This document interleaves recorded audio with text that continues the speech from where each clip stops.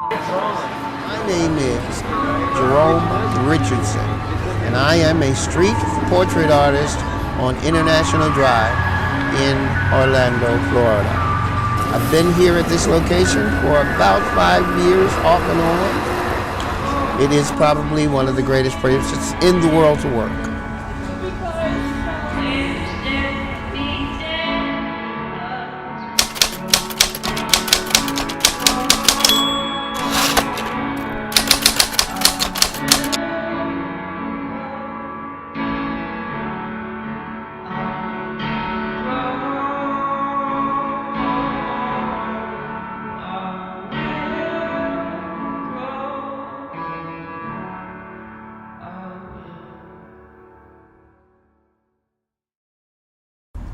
Okay, you got levels? Yeah. You can hear me? Yeah, I can clearly.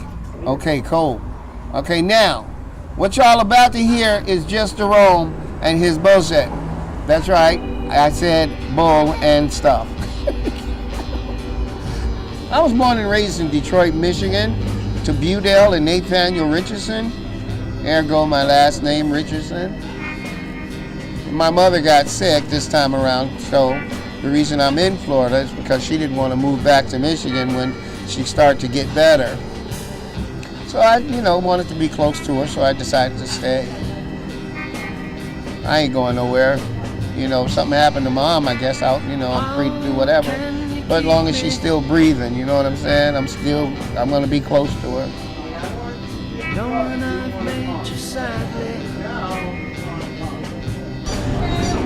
Now, the reason that I draw and I decided to draw pictures for the rest of my life is because, hell, I was good at it. And people praised me.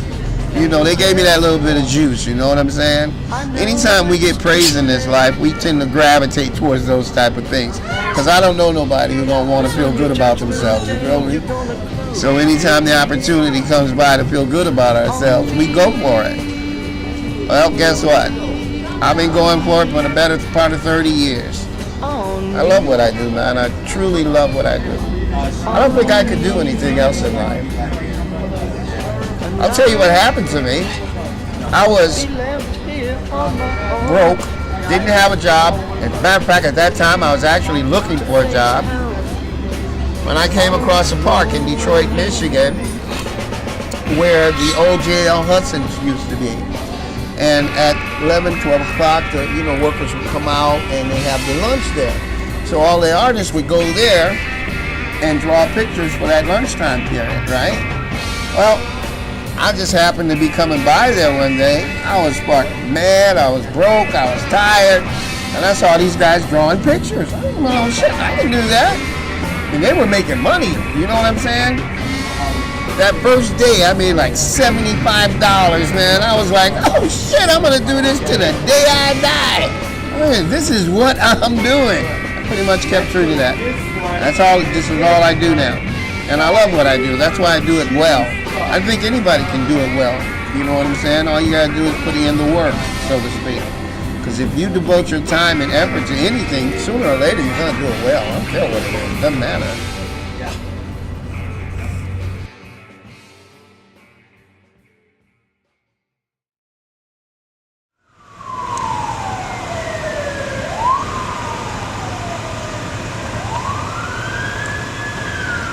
I've, met every, like I said, race, creed, and color of person you want to meet, okay, on this planet, drawing pictures on the street. And after years of doing that, you sort of get a feel for people, you know what I'm saying? You sort of get a way of reading things about people. And I'll tell you this without no doubt, okay, it's an absolute certainty. Everybody, human beings are the same around the world. We may talk with a little different language or a little twang in our voice or, things of that nature, but at the end of the day, we're the same. Everybody has to put their pants on one leg at a time, okay, like it's the same. Not one of us lived one day without purpose, not one. And that's the most important thing I've got now. Devoting my life to art, I mean, that's the most important thing.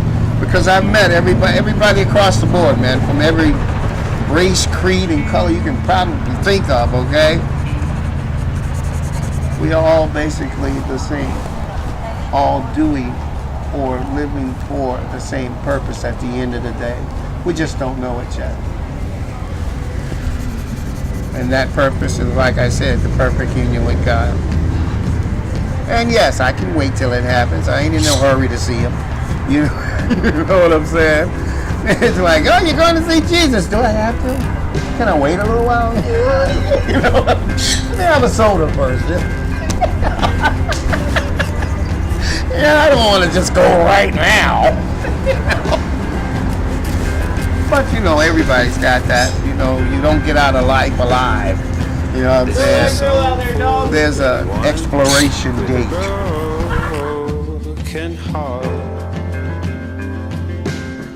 I don't know what the meaning of life is, but I can tell you how to be happy in it. You look for life and happiness in life inside yourself. You don't look for it anyplace else because you already got it inside you. Everybody wants to be happy, but they don't know where to look. They keep looking for, you know, things to make them happy and other people. Actually, it's always in here. It's in here. It's in your mind, in your heart. That's where happiness comes from. If you can think it, then it, you know it is. If you think it, that's right. You're happy. I'm happy all the time, irregardless. I don't give a damn. It don't matter. I need to be happy for me, not for anybody else. I tell people that all the time. You can be happy anytime you want to. All you gotta do is be happy. Don't cost your shit, it's free. You know what I'm saying? You don't have to pay for it, right?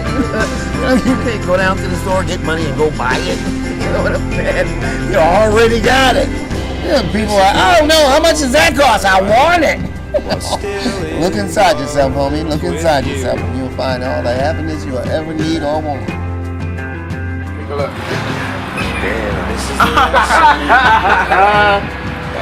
That's cool.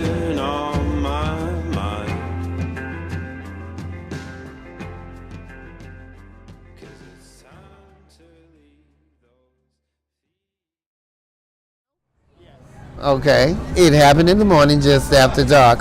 While sitting there in Jackson Square Park, a policeman came and he did say, "Now what kind of person are you to be drinking this way?"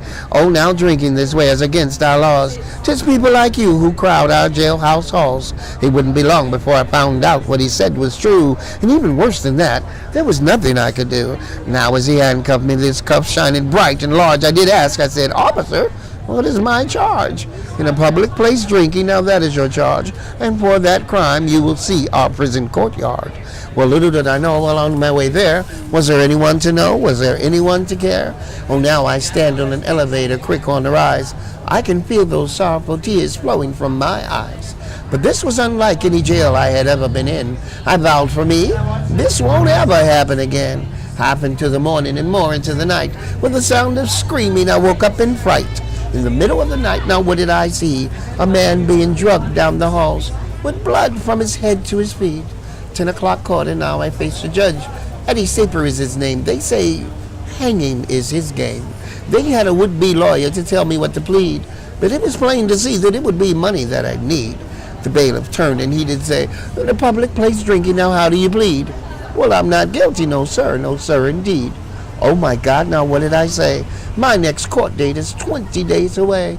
Here's a little something I just couldn't ignore, and that was the awful clang, the bang as they closed the jail cell doors. 20 days passed slowly and even fast for some, but my court date has finally come. Once again in the courtroom, this time the bailiff, he whispered to say, "If you change your plea to guilty, the judge will set you free." "Okay, I'm guilty. Now can I leave?" "Your plea is guilty. In 30 days I sentence you to serve." I thought to myself, damn, he has a lot of nerve. 23 days I've been sitting in jail, and for another week I'll sit in a cell. It seems the park is no place to be. And never again in Jackson Square Park will you see me.